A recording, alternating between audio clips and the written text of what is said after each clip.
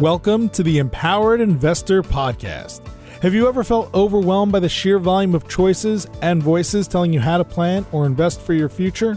With his straightforward approach, host Keith Matthews of Toulette Matthews & Associates cuts through the noise to help you create a winning action plan for you and your family. The decision-making framework discussed in this show can transform you and your investment experiences and will increase your odds of becoming financially secure. Learn more and subscribe today at tma-invest.com. Welcome to the Empowered Investor. My name is Keith Matthews, and I'm joined by our co-host, Marcelo Taboada. Marcelo, how are you doing today? I'm doing great. I'm happy to be back in the podcast, Keith. Great to have you here for the intro. Today's show is part 3 of wealth and real estate. And in the first 2 shows, we talked about residential real estate, mostly in the suburbs, with show number 1 focusing on maybe first-time home buyers or individuals growing their family, needing more space, looking for larger homes. Episode 2, we focused on downsizing. And again, most of that was in the suburbs. Today's show is on city and urban living. What do you think of that topic, Marcelo? I'm super excited because, as you know, and I think we've mentioned it in the podcast a few times, I live in the suburbs and I love living in the suburbs, but I have a lot of friends who live in the city. And at the end of the day, this is a lifestyle choice. But every time we go downtown or at a friend's place who lives downtown or in the city, you know, it's an amazing experience. So it is a lifestyle choice. I think a lot of people will appreciate what we have in store in the show today. And you know what, Keith, it has a lot of implications for our clients too and people listening, because a lot of people may live in the suburbs, but they may have a rental unit or they may have a second property in the city. So it's going to be interesting for a lot of people, I think. And we have a great guest, by the way. And we have a lot of clients that live in cities, and we're going to be talking about all Canadian cities. And Canada has some phenomenal cities. 100%. Yeah, we have an amazing guest today, Christina Miller from the Christina Miller Real Estate Group. Christina, I've known for many years, and she comes from truly an entrepreneurial background with entrepreneurial roots. We'll discuss that in today's show. She got into real estate 15 years ago. She runs an amazing team. They've got some very impressive statistics. So what kind of stats do you want to share with our listeners here, Marcelo? Well, I think the one that stuck with me, you know, I had to check the number twice when you told me about it, but Christina has sold $1 billion in real estate since 2006. Hang on, Marcelo. Did you just say $1 billion? Correct. That's $1 billion for her team in transactions, over 1,200 transactions in 14, 15 years now. So that is very impressive. That's 1,200 urban downtown properties, most of which are luxury properties. She's got a wonderful background. She's got a wonderful team. Really looking forward to having this discussion today about urban living. Enjoy the show. Welcome, Christina Miller, to the Empowered Investor Podcast. Thanks, Keith. I'm so happy to be here. This is going to be a very exciting show. This is part 3 of our real estate series. And today we're focusing on urban and city living. Having Christina, who is, as we've mentioned in the intro, an incredibly successful agent who's got a tremendous amount of knowledge and depth. It's amazing to have you on today's show. Thank you so much. Before we jump into real estate, let's go back to your roots. I remember you and I sitting down 15 years ago, and you were trying to figure out marketing strategies, and you knew what you wanted to do, but you definitely have that entrepreneur side to you. Yes, I remember that conversation really well, Keith. I think we were at a cafe somewhere, and I was talking to you honestly about how I was so impressed by the way you approach your business. And as I was getting ready to launch my career in real estate, I was looking for some pointers on how to position myself as a go-to real estate broker. And I really wanted to make sure to add value to the traditional offering of real estate representation. Also back then, 15 years ago, people weren't marketing real estate the same way they are now. Now, a whole bunch of things have changed, but I was really bringing my business perspective to how to market real estate. And it made a really big difference, having come from an entrepreneurial background. What did your parents do? What entrepreneur business? Because your entire family, your brother as well, they're entrepreneurs. Yes. So my family was in manufacturing, textiles manufacturing in Montreal. As we know, that was a very big part of industry until about 15, 20 years ago when we started seeing a lot more offshore production and factories here shutting down and people had to pivot. So I come from an honest background of entrepreneurs who know how to right a ship or steer a ship or move it in a different direction depending on what's happening in the business environment. You're telling me the textile business is probably one of the most cutthroat businesses where successful entrepreneurs really need to figure out how to move, get in and out of trends, and make great decisions. That's so true. That's so true.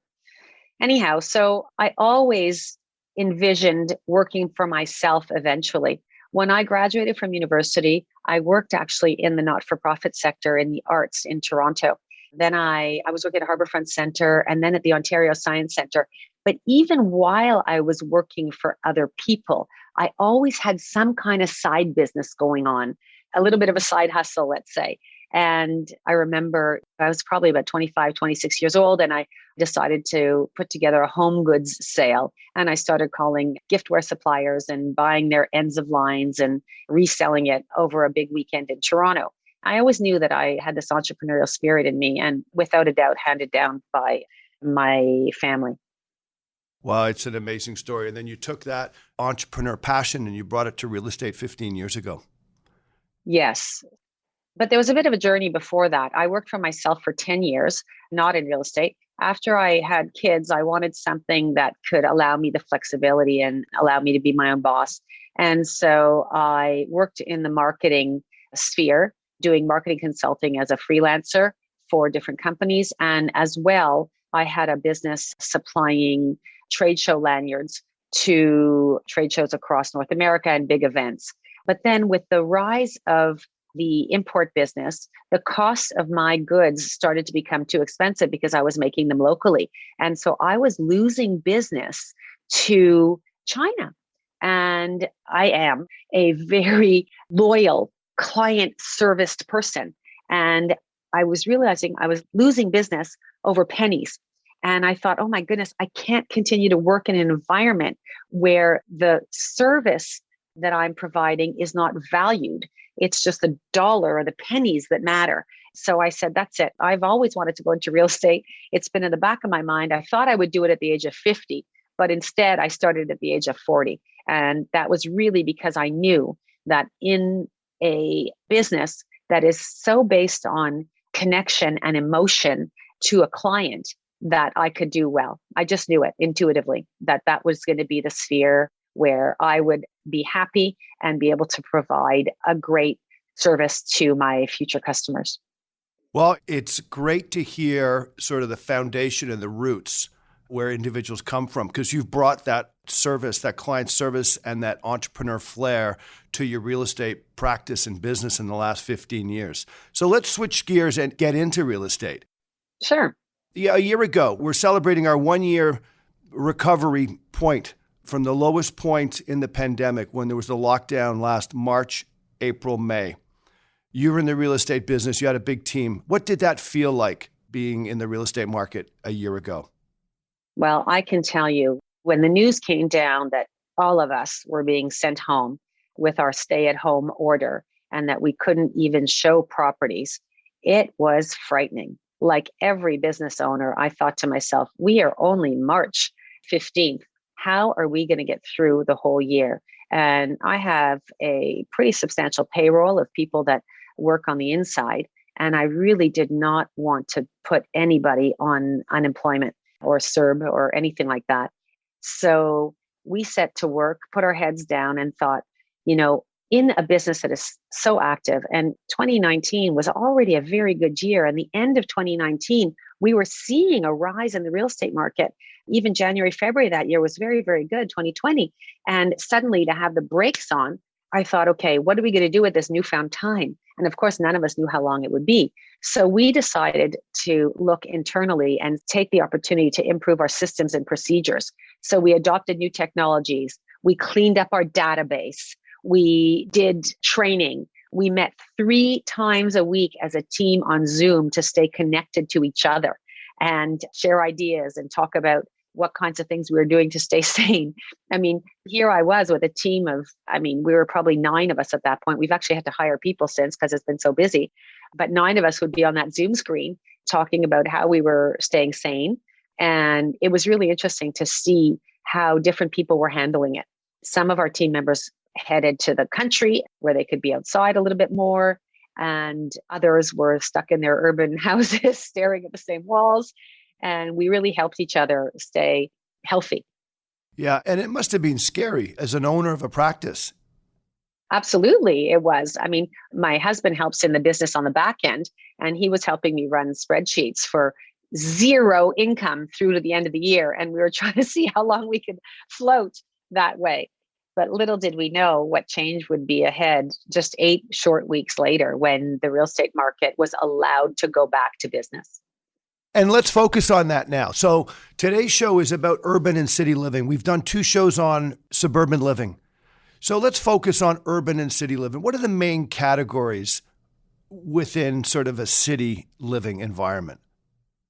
Well, if you're talking about the real estate categories, of course, downtown real estate involves rental properties. It involves owning in condos, both divided and undivided co-ownerships. And then, of course, we have single family homes. So that's really where we do all our real estate business in those categories. And so what are the major trends that you're seeing in the cities right now?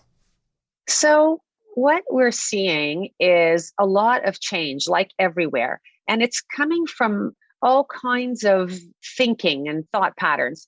So I have seen clients, and I'm hearing the same thing, by the way, across Toronto, Vancouver, Ottawa, Calgary. Other colleagues of mine who are working in those cities are seeing clients say the same thing. They're reevaluating what they need.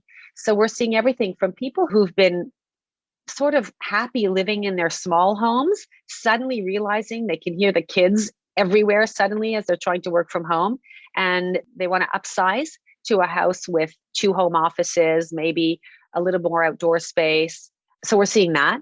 We're also seeing some people who are saying, you know what, I'm not really using my city house as much as I should be because I've been living at our cottage for the last 12 months, most of the time. And geez, I kind of like the slower pace. I kind of like looking out at the beautiful trees and being able to go for a bike ride after my day is over in nature. So we're seeing some of that. We're also seeing some people in the rental market who are saying, I don't want to rent anymore. The interest rates are crazy low. And there's an opportunity for me to buy in the market. And we're going to start maybe considering buying where there may be a little bit of an opportunity. I've had some young people say, hey, condos are kind of emptying out. It's certainly last year at the early part of the pandemic, people were putting their condos on the market and there was a glut of inventory in the condo market. So some people said, hey, I'm going to buy a condo now. Well, I might be able to get a little bit of a better price than I could have 6 months prior or whatnot. So first-time buyers are buying condos. We're seeing a little bit of everything, Keith. Honestly, we're seeing some people say, I'm out of here. I don't even want to live in the city anymore. I'm moving to a smaller town, like let's say a B city, and I'm going to enjoy what those places have to offer. A little bit of all. So when we read the newspapers and you speak to people and you hear stories, you're hearing a lot of individuals, saying, I'm leaving the city, I'm going to go to the suburbs. I'm leaving the city and I'm going to smaller cities outside an hour or 2 or 3. Is that your sense? Your sense is people might be living rental, small condo. They're definitely not leaving the bigger homes because they're still under pressure right now. Absolutely. So I think there's a bit of everything. And I wonder, of course, we are seeing there's proven trends and research is showing that people are flocking out. So where are they flocking from? Maybe they're flocking from the rental market into homes in the suburbs or smaller cities, but I'm not seeing that in single family home sales in the downtown Montreal market anyway, and neither are some of my colleagues in other cities. In fact, what we're seeing is a strain on or lack of inventory of single family homes as the owners of those homes don't want to sell because they don't know where to go. They don't have an alternative. I think that we should talk a little bit about the city dweller lives in the city for a reason, and they're kind of rooted to those reasons. For example, people like to be able to walk to their local haunts. They want to be able to walk to their grocery store, the local pub, the coffee shop, and they'll sit on the park bench and chat with a friend. That's the reasons they like living in the city. I call it a little bit the Starbucks effect. Even if we talk about what's happened in the downtown core, there's a lot of people that express wanting to be able to not use their car every day, to jump on a Bixi and toot around. I have a lot of clients who've given up the second car in favor of using things like communauto or walking or public transportation. And people are concerned about the impact on the environment as well, as we've seen for many, many years now. People want higher density in cities so that we can have a reduced impact on the environment by not commuting in and out. Now that's going to change, as we've all been hearing, as employers are going to have to kind of figure out a way to have more of a hybrid approach to where their employees work from. I don't think we can put that jack back in the box. It's popped now. Yeah, I remember listening to a podcast maybe a month ago, and it was by some scientists who were following illness and pandemics, and they studied the last 1,000 or 2,000 years, and they look at history. And history has always shown that when illnesses come, people leave cities and go to farmlands, and they just go for space. And we were kind of seeing a little bit of that trend and that behavior across North America in the last year.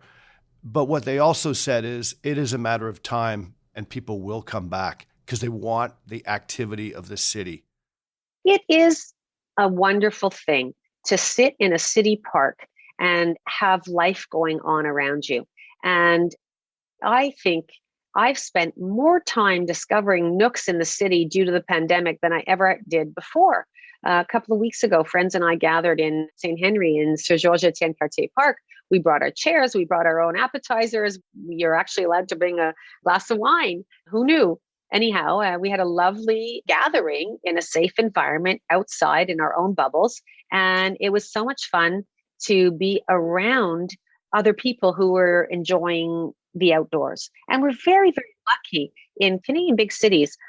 Every single Canadian city has good parks in its downtown core. I mean, Mount Royal is full of people taking advantage of what the city has to offer. And I'm hearing it over and over again, how fun it is to be able to put your cross-country skis on and have a ski around Mount Royal and then be back at your desk for a Zoom meeting that's scheduled for 9 a.m. I mean, there's not a lot of bad things you can say about being able to do that. Really nice. You are absolutely right, Christina. Absolutely. Canadian cities are amazing in terms of having parks, walking spots. I remember living in Toronto and we lived right beside Hyde Park, and that is a massive, massive green space. It is something that's extremely appealing. So, Christina, again, you work in the luxury high-end market. It would be Westmount, Outremont, and a couple of other, the TMR area. That would be the marketplace. Okay. Montreal West, NDG, downtown. How does the market feel? Does it feel balanced to you right now? Oh, no. It doesn't feel balanced. It's definitely in favor of the seller. There is no question. I have never seen so many bidding wars because the inventory is low and demand is high. And we are selling homes quicker than I've ever seen. So, for these homes, walk us through what a sale looks like. How many bids do people end up having? Are prices going for asking price? Are they going for more than asking price? What's going on in the downtown cores right now?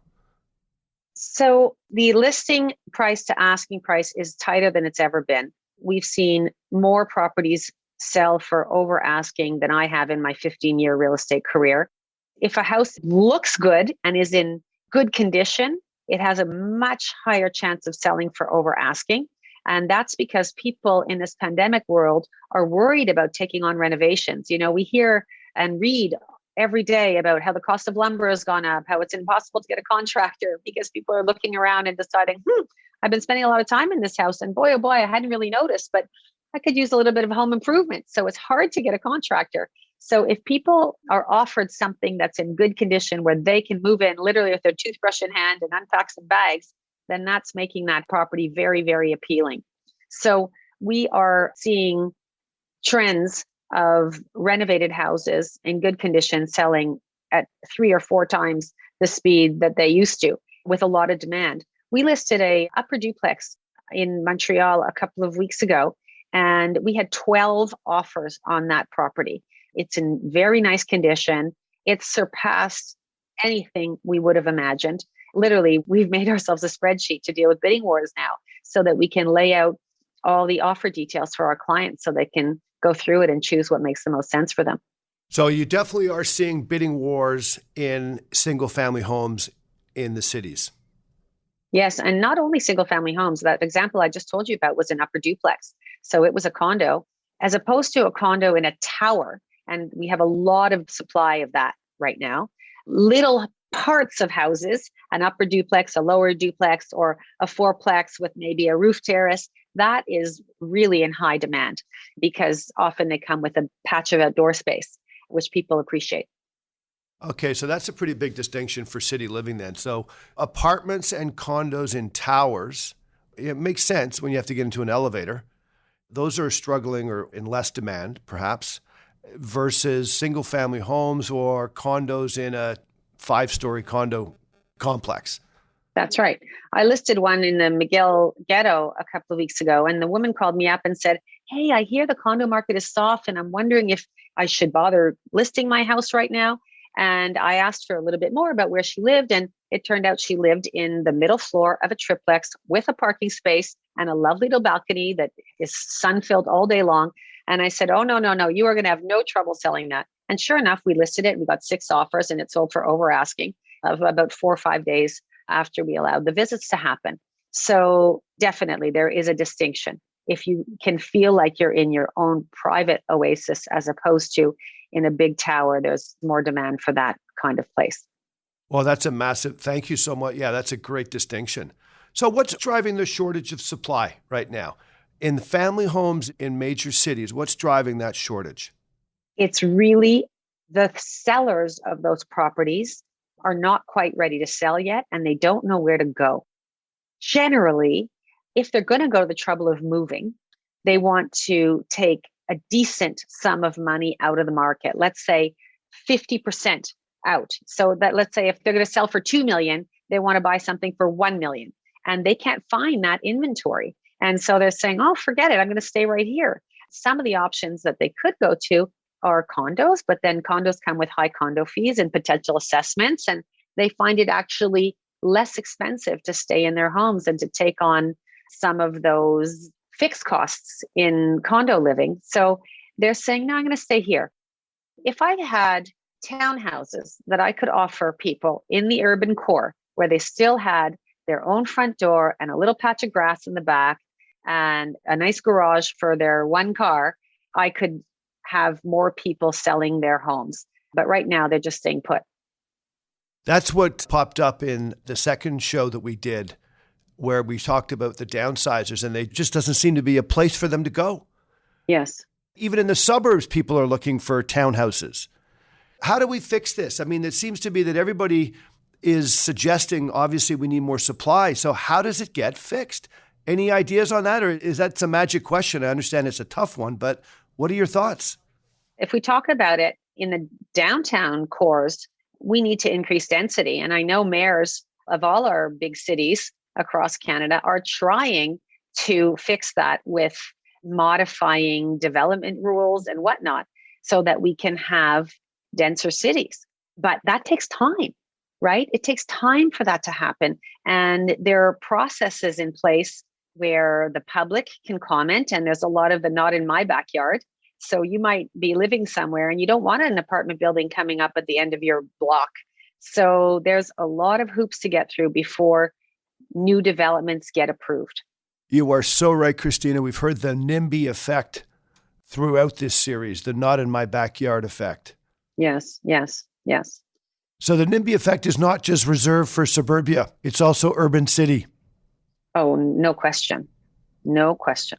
So, Christina, let's switch gears a little bit. Get into your best suggestions and recommendations for buyers and sellers who are interested in either buying property in an urban city or selling in an urban city. So let's start with buyers. Okay, so my biggest, hands down, advice to any buyer is to be ready with proof that you have the financial capacity to purchase what it is you're purchasing. Because in an environment with bidding wars, if somebody has a couple of offers in front of them and one of them has a financing condition without a pre-approval letter, they're going to be just looked right over, passed right over, even if their price is higher. So I'm actually encouraging buyers to have any kind of proof of their financial capacity to purchase. And the more compelling that proof, the better. The other advice for buyers is to not get too attached because you will be disappointed. We had a buyer lose a property a couple of weeks ago in St. Lambert, and they had bid $261,000 over the asking price, and they did not come away with the house. And so you have to quell their expectations and say, we're going to do our best, but if you don't get it, we're going to find you another one. Wow, what a story. Like that's heartbreaking. It is. And I got to believe that the buyers are really the most challenged here, of course, and they're the ones that have to really be more worried and stressed about how to acquire a property. For sure. And even the buyer brokers on my team, and by that I mean agents on our team who mostly represent buyers, are working so hard doing 4, 5, 6 offers for the same clients, and yet they're still coming away without the house. So that's disheartening, not only for the buyers, but also for the broker. So that presents us a whole other set of challenges. Okay, well, that's interesting. Can you take a minute and elaborate on your team? You said buyer brokers. You've got agents that specialize in the buying side and then agents that specialize on the listing side. Is that correct? So I would say that our brokers actually are very, very adept at all things. However, the idea behind our team is that we can really help service a lot of buyers. We list a lot, we sell a lot, and those listings lead to new buyers. So we try to help those buyers as they come to us with whatever it is they need. So we do end up representing a lot of buyers. So our brokers work very hard to make sure that our buyers are set up for success by doing some of the things I just told you. We're seeing a big trend right now for our listings to prepare to go to market with a pre-sale inspection. And that helps buyers because the buyer doesn't have to actually wait for an inspection. They'll have an inspection in front of them to be able to make their decision as to whether they want to make an offer on that property. So we're teaching buyers to understand the choice between doing your own building inspection or using an inspection that was prepared in advance. Some people are a little leery about that, but in this competitive market, a lot of buyers are just accepting a pre-listing inspection as their own take on what the condition of the house is. And that's a trend that's been going on in Toronto and Vancouver for years. But in Montreal, we didn't have such a fast-paced market until very recently. And therefore, buyers were uncomfortable with somebody else's pre-listing inspection. But now they're getting more and more comfortable with that. Okay, interesting. And I would assume that would be a seller's strategy too. Absolutely. Seller's strategy would be get that inspection in place. It's just an easier way to make their property more attractive and encourage higher bids. Absolutely. The other thing we're doing with our sellers onto seller strategies is how we price it. We are pricing at a price that they would be comfortable with if it's sold there, but also to attract people to potentially bid over. And that's working very well for our sellers. We're also letting people come in for 4 or 5 days, and then they're looking at offers on the 4th or 5th day.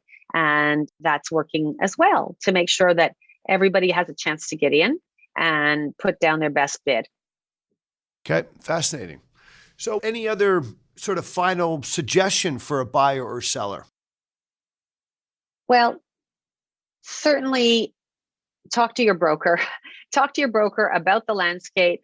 Work with a broker that you feel has your back and is really there to protect you. And you have to realize that your best asset is understanding the market activity, understanding that a house is a huge investment. You want to make sure that you're buying something that is not riddled with problems. You want to buy in an area that will hold its value or at least sustain its value, especially in a market where we're seeing frothiness. We very much never want to put our clients in a position when they're buying that if they had to sell again in a year or 2 or 3, that they would sell for less money than they bought it for. So we try our very best to advise our clients on how to avoid making that pitfall. All excellent points. Thank you, Christina. Let's sort of start wrapping up the show. But before we do that, there's a couple of controversial subjects that are thrown out there in terms of new things, new mechanisms that should be added into the real estate market. One of the ones that are sort of gaining a little bit of traction in the media is open bidding versus blind bidding. So let's spend a couple of minutes talking. I'd love to hear your thoughts on that. So obviously blind bidding is where you don't see what the other bidders are paying. And that's the current mechanism in Canada. And there's some suggestions that open bidding would become more transparent, pros and cons. Let's have a little discussion on that. Sure. So I can tell you that the notion, or the practice rather, of blind bidding in a robust market like we are seeing now is usually providing a great advantage to the seller, because that person who is coming away with the property is often paying substantially more than the second best bidder. I've seen examples of it. Yes, sometimes it happens where bids are almost the same and maybe the conditions are better on one. Perhaps somebody has decided to waive their inspection, or somebody is a cash buyer, whereas the person behind them isn't. I had that happen a couple of weeks ago. In fact, my client took $15,000 less from a cash buyer than from someone he had to wait 21 days for to get a financial proof. He just wanted the bird in hand. So there's that. But there are examples where the price being paid far surpasses the second bid. And all the information is confidential. So the buyer never knows how much they overbid beyond the next guy. And they just have to accept that.